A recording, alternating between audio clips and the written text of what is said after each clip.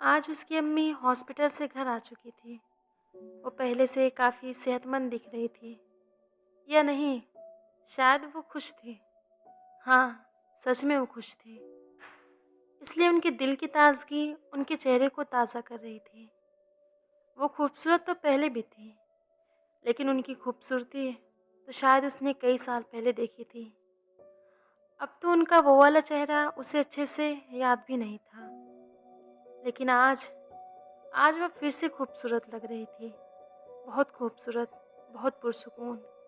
गोया कि उनकी उस दिल की बीमारी ने उनके दिल को ख़राब करने की बजाय उसको नया कर दिया हो। उसके चाचा चाची हाथों में फल लिए उसकी अम्मी की आदत के लिए आ रहे थे। वो उन सब से मिल रही थी, बातें कर रही थी। लेकिन उसका जहन माजी के दरवाजे को खोलकर बहुत दूर कहीं पीछे निकल गया था, किसी छूटते हुए हाथ को मजबूती से पकड़ने के लिए, किसी धुंधलाते हुए चेहरे को फिर से याद करने के लिए। चाँद कितना खूबसूरत और बड़ा लग रहा था। रात अंधेरी थी, लेकिन फिर भी खूबसूरत। लेकिन आज वो चाँद को नहीं देख रही थी, वो तो उस काले अंधेरे को देख रही थी। वो सोच रही थी कि क्यों क्यों आज तक वो अंधेरे से डरती रही। क्यों उसने कभी नहीं सोचा कि क्या वो अंधेरे के बगैर चाँद को देख सकती है। क्यों उसे समझ नहीं आया कि अंधेरा है तभी तो चाँद है। वो उस अंधेरे को देख रही थी और मुस्कुरा रही थी, लेकिन आंसू आंसू भी रह रहकर उसकी आंखों से झलक रहे थे।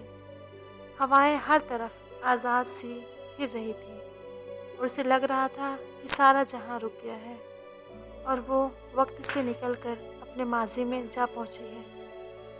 वो एक 9 साल की बच्ची जिसका नाम सबा उसके वालिदैन ने बड़े प्यार से रखा था। सबा यानी सुबह की ठंडी हवा, दिलो दिमाग को मुअत्तर करने वाली और उन्हें ताजगी और फरहत बख्शने वाली। उस दिन उसका जन्मदिन था। वो बहुत खुश थी। सुबह आँख खुलते ही उसने अपने कमरे में बहुत सारे गिफ्ट पाए थे।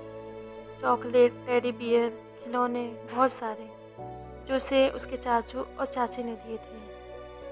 उसकी चाची ने उसके लिए बहुत प्यारा सा वाइट फ्रॉक लाया था, जिसके साथ वाइट और ब्लू क्राउन भी था।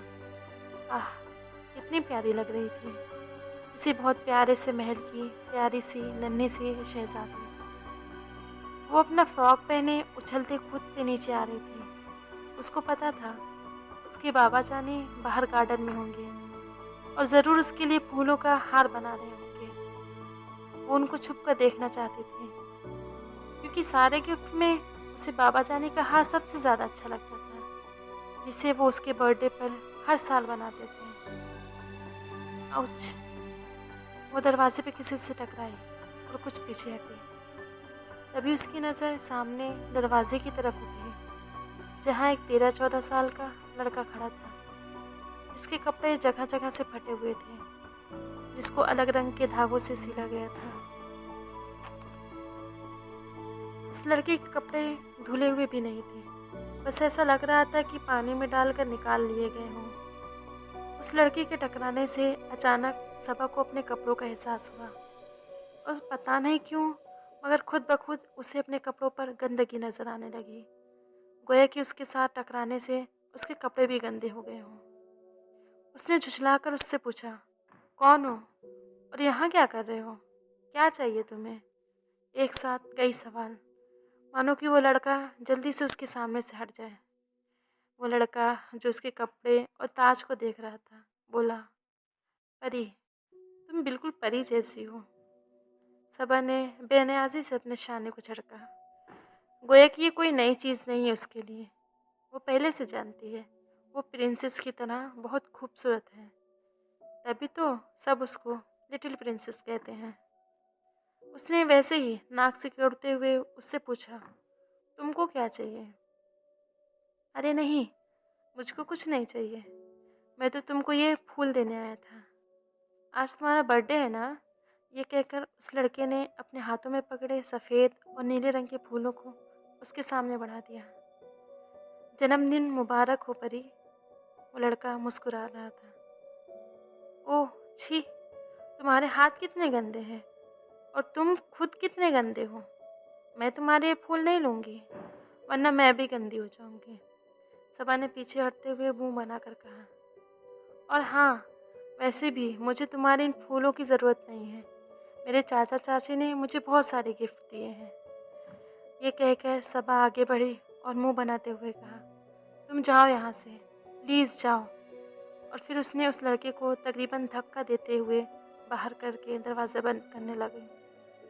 पता नहीं क्यों, बस उस लड़के की आंखें भीग गई थी और वो अपने हथेली की पूंछ से अपनी आंखों को रगड़ कर वहाँ से चला गया।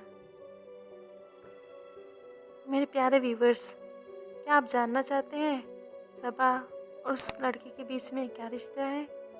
कौन था वो लड़का जिसे आज सालों बाद सबा फिर से याद कर रही थी?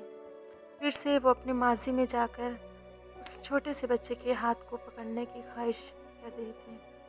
अगर आपको जानना है तो प्लीज़ मेरे चैनल को सब्सक्राइब करें ताकि आप इस कहानी के किसी भी हिस्से को मिस ना करें। Thank you so much.